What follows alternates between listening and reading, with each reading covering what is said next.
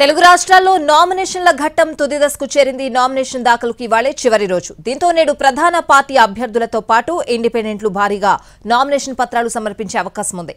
ముఖ్య నేతల సమక్షంలో తరలివస్తున్న అభ్యర్థులు నామినేషన్లు సమర్పిస్తున్నారు. పార్టీ శ్రేణులతో అభ్యర్థులంతా ర్యాలీగా వెళ్తూ బల ప్రదర్శన చేస్తున్నారు. దీంతో రిటర్నింగ్ ఆఫీసుల దగ్గర సందడి వాతావరణం కనిపిస్తోంది. ఏపీలో 175 అసెంబ్లీ స్థానాలకు ఇప్పటి వరకు సుమారు 3700కు పైగా నామినేషన్లు దాఖలయ్యాయి. లోక్సభ స్థానాలకు 650కి పైగా నామినేషన్లు వచ్చాయి.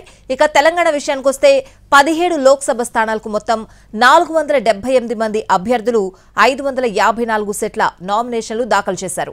కంటోన్మెంట్ అసెంబ్లీ ఉప ఎన్నికకు 13 మంది నామినేషన్లు సమర్పించారు. 2 రాష్ట్రాల్లో రేపు నామినేషన్ల పరిశీలన జరగనుంది. ఈ నెల 29 వరకు నామినేషన్ల ఉపసంహరణకు గడువు ఉంది. బీఫామ్ ఉన్నవాళ్లే పార్టీ అధికారిక అభ్యర్థి అవుతారు. ఇవాళ చివరి రోజు కావడంతో ఎంతమంది రెబల్స్ పోటీకి దిగుతారా అనే టెన్షన్ అభ్యర్థుల్లో కనిపిస్తోంది. బీజేపీ ఎంపీ అభ్యర్థులుగా బండి సంజయ్, అరవింద్, భరత్ కుమార్, గోమాసి శ్రీనివాస్ ఇవాళ నామినేషన్ దాఖలు చేయనున్నారు. వీరి నామినేషన్ల కార్యక్రమానికి ఉత్తరాఖండ్ సీఎం పుష్కర్ సింగ్ ధామీ, గుజరాత్ సీఎం భూపేంద్ర పటేల్ హాజరు కానున్నారు.